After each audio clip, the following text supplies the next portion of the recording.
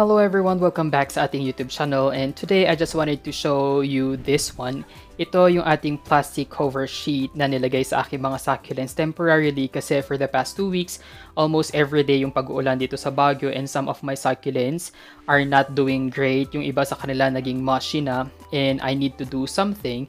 And here now, I wanted to show you kung ano ang itsura nila sa pinaka-ilalim. So far, so good sila kasi I'm trying to save as much as I can habang ginagawa pa nga yung ating pinaka-rooftop na garden. Yung plastic pala na ginamit ko dito is the same as what we used before doon sa ating mini greenhouse. If naalala nyo yun, it's the same plastic. I just tried to save it and good enough. Buti na lang na na-save natin siya kasi ngayon, we are actually using it to cover itong ating mga succulents para hindi sila mabasa. Here are some of our succulents in an open area and temporarily nilagay ko muna sila dito sa ating bubungan kasi this is the perfect spot for them to receive yung ating sun exposure.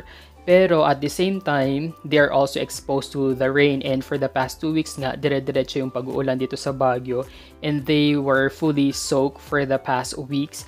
Ngayon lang talaga umaaraw sa Baguio and I'm trying my best na paarawan sila.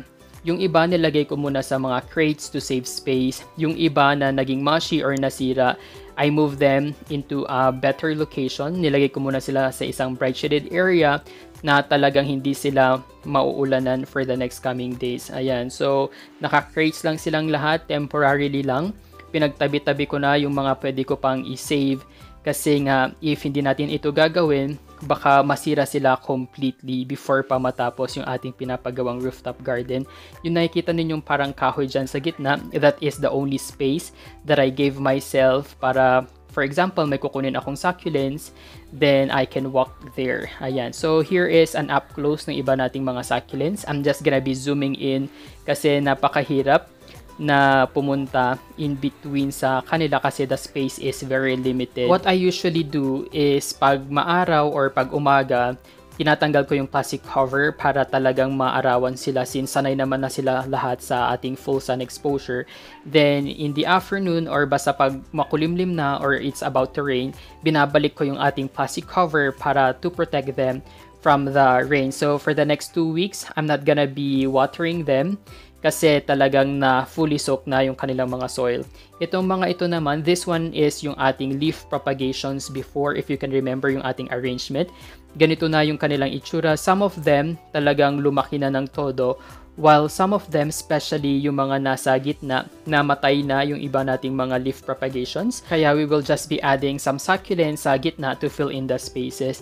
Yung ating mga hanging succulents naman, nag-ethiolate sila. Ayan, naging leggy yung kanilang stems kasi nilagay ko nga sila indoors before nung ginagawa yung ating mga poste. And kung mapapansin niyo yung mga parang white dyan sa kanilang leaves, those are cement. So kumbaga natalsikan sila ng ating mga cement, including this.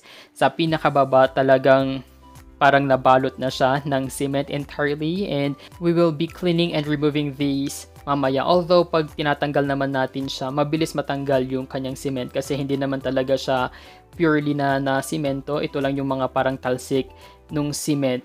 And here are some of other succulents like the string of bananas. Talagang they're covered with this cement. Napakahirap pala talaga na mag-renovate if you have already a lot of plants kasi hindi mo alam kung saan mo sila ilalagay, and even if na I thought na nasa isang safe location sila, still wala pa rin silang takas doon sa ating pagpapagawa kasi yung iba nababagsakan, yung iba natatalsikan or natutuluan ng kung ano-ano. Although we will just try our best to save all of them. Ito naman yung ating mga haworthias. The problem with here is kinain siya ng mga maliliit na manok kasi dito sa pinaka-basement madaming manok dito na alaga, kaya ayan ang nangyari. Even this, yung ating haworthias in before miss, ganyan na lang ang natira. So yung ating mga manok pala, they love eating yung ating mga haworthias, including itong ating string of pearls na flip over or parang nahulog yung kanyang pot, and ganyan na lang. So,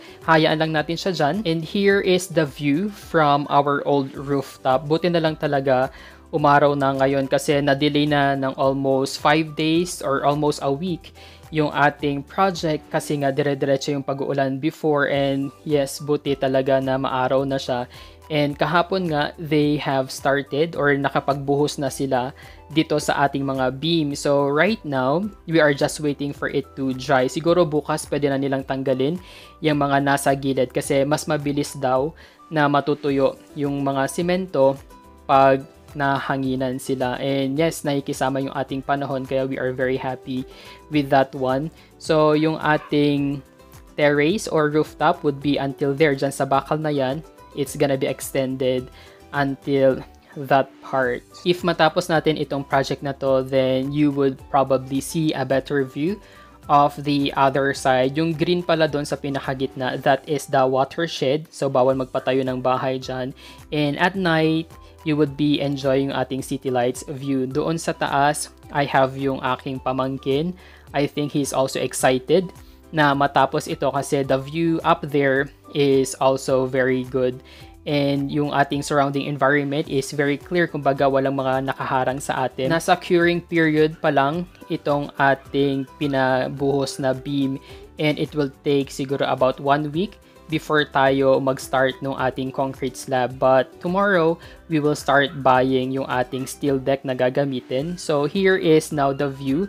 Sa pinakalikod, we have some mga trees lang. Ayun, pine trees at kung ano-anong mga halaman ang nandyan. Our neighbors. If the weather would be nice for the next coming days, then we won't be having any delays anymore. Pero pag umulan na naman, then baka ma-delay ulit yung ating project, especially na concrete slab na yung next. And that's all for our update, and I'm really looking forward na matapos na agad itong ating pinapagawang rooftop so that we can provide yung ating mga succulents their permanent na home. Thank you guys for watching. Don't forget to like and subscribe to our YouTube channel.